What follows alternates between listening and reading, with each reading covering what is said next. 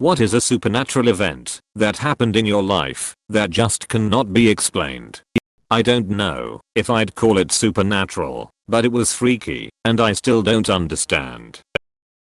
I was in the kitchen cleaning up waiting for my kid's bus. I saw it pull up and saw him get off.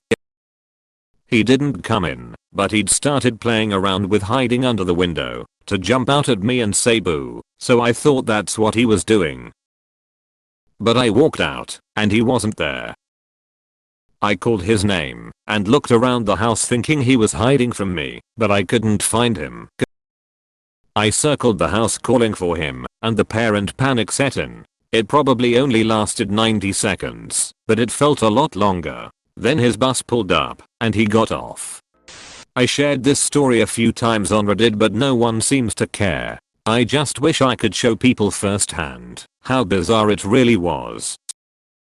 There's this place in my hometown called Old Town, which is an area they had to evacuate because a mine was there and it made the area unsafe due to sinkholes and whatnot. I was in a class in middle school called Environmental Adventures, where you did outdoor stuff, and we went to Old Town to do some geocaching. While the class was walking, we saw an old lady on a rocking chair on a concrete foundation where a house used to be. She was dressed like an old-timey old lady, like Mariel from Courage the Cowardly Dog. She was rocking back and forth, talking to herself, while she stared into the woods, not looking at us once. We found the geocache a little down the road, turned around, and her and the rocking chair disappeared. There was no way that she could have got away that fast tossing a rocking chair without us seeing her. We were only at the geocache for like 5 minutes. Confused everybody. Weirdest shit ever. I had a phase in my mid-teens when I would read the obituaries in the local newspaper. I saw a name that was familiar as it was the same as a family friend. It had his full first, middle, and last names. I didn't say anything to my parents, since I figured they already knew. A few days later my mom told me he died, and I said I knew, since I saw his obit. She said, he died last night in his sleep. I went back through the newspapers. My mom kept them for a week before throwing them out, but the obit wasn't there. When the real obit came out, it had his first and last name, but just his middle initial. This was almost 40 years ago, and I still think about it. Woke up to a weird feeling, and saw an opaque silhouette of a little boy standing on the other side of the apartment facing me. I turned on my light, and it was gone. When I turned my light off, I saw it again. Flipped the light back on, and went over there to make sure there was nothing that could be causing a weird shadow, etc. There was nothing there that could have created that specific shape, and it was standing in the pathway between my couch and wall, so it couldn't have been a shadow. I turned my light off again, and it was there, flipped it back on, and slept with the light on for the rest of the night. Couldn't sleep without the light on for days lol. My cousin had struggled with depression his whole life, and a few years ago things came to a head. He was 100% convinced the only cure to his depression was suicide, that death was the only thing that would make him truly happy. We were close, so it hit pretty hard. After the funeral, my aunt told us that she had saw a helium-filled smiley face balloon kind of float in front of her, then stop, and it just kinda sat there for a minute. Then it flew up and away, out of sight, on its own. When she told us this, we kind of just brushed it off as a coincidence, but it kept happening to her over the next couple weeks. We thought she was just recognizing patterns, until I was at a music festival a few months later, and the exact same type of balloon, same color and everything, flowed through my campsite, and did the same thing where it stopped on its own, stared at me, then kind of bobbed, and flew up and away. I'm not really a believer in ghosts and the like, but I'm convinced in some shape or form that was my cousin telling us that he was finally happy. I was biking down a country road I used to live on. I think I was 8 or 9, and on my way home I saw this small humanoid looking being run across the road from one crop field into a cornfield. The only details I could make out, and I still vividly remember, was that it was completely covered in yellow, from neck to feet, and I think it has green on its head. I told my mom about it and all she could come up with was something about Cabbage Patch Kids. Never saw that thing again, but I still think about it from time to time. Edit. It was the size of a small child, about 50 feet away. Not a very big one, but here we go. Once when I was 13, I had an incredibly vivid dream. Beautiful colors, sunny skies. Anyways, part of the dream there were these two bulls fighting in my house. The fighting was about as scary as a children's book antagonist. I shooed them out and went on my merry way.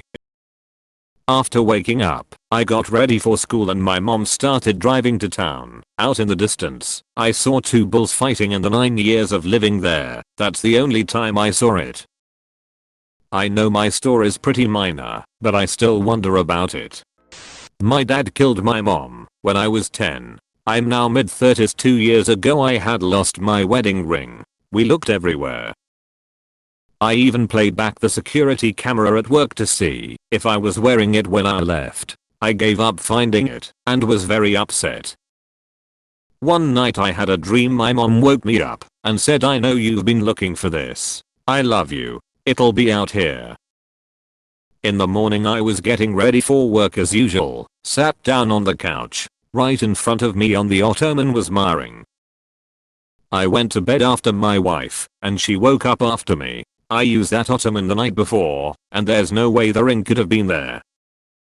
Again, I checked our camera. We had been robbed once, so we kept a camera towards the front door. It could see our couch, and the ottoman had no ring when I went to bed. I still cry every now and then remembering it. My buddy and I were playing tennis one night at some courts by my house.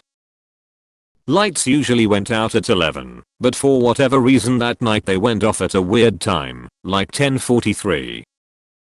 Whatever, that was weird. We collected our stuff and started walking to my car about 500 feet from the courts.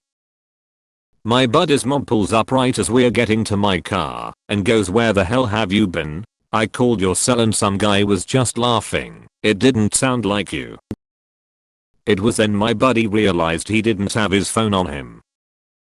He told his mom to call his cell again, and we could see it light up in the middle of the court we were playing on, by the net, but still definitely in between the single lines, not at all where we kept the rest of our stuff. He goes and gets it, and only has the one missed call from his mom, the one she just made. He asked if she called the right number and her call log showed 3 calls to his phone all that night. We can't explain why the cell was on the court, or what happened with the calls, or what happened with the lights. It was surreal. Super minor compared to many in this thread. Night before Thanksgiving 3 years ago I was across the country at my parents', driving back to Thurs with my now wife from a friend's house. As we draw near, there is some type of bundle in the middle of the road. I stopped and pulled off to move it, and it turned out to be a barred owl that got clipped by a car. Long story short, I spent the rest of that night getting the owl into a puppy cage, gave it some food and water, and the next day dropped it off at a wildlife rescue center. I got home the next week, all the way across the country, New Jersey to Oregon. I stepped outside and there was a barred owl sitting on my fence watching me. It was gone by the time I got back. But now I know I'm straight with all owls. A couple years ago my father's immediate family had a reunion in Minnesota. We stayed at a little cabin on a lake. Of course, sitting around the campfire my uncle was telling us all of his ghost stories, which put me just a bit on edge.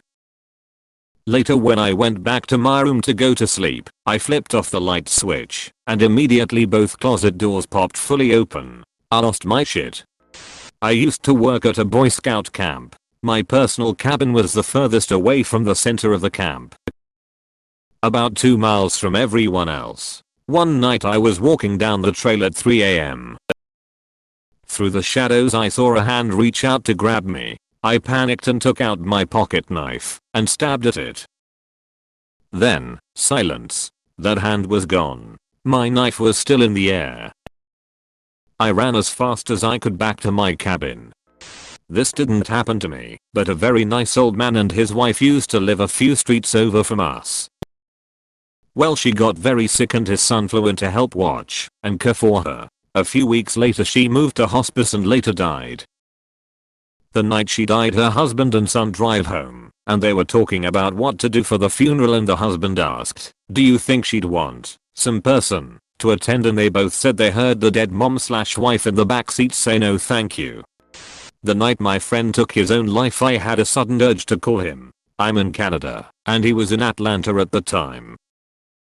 I didn't call because I was out partying with friends and got the news the next day when I woke up. I feel like I missed the chance to save a friend, but my dad says it was him letting me know he was gone, but was going to be okay. I'm sorry I didn't reach out, bud. I regret it all the time.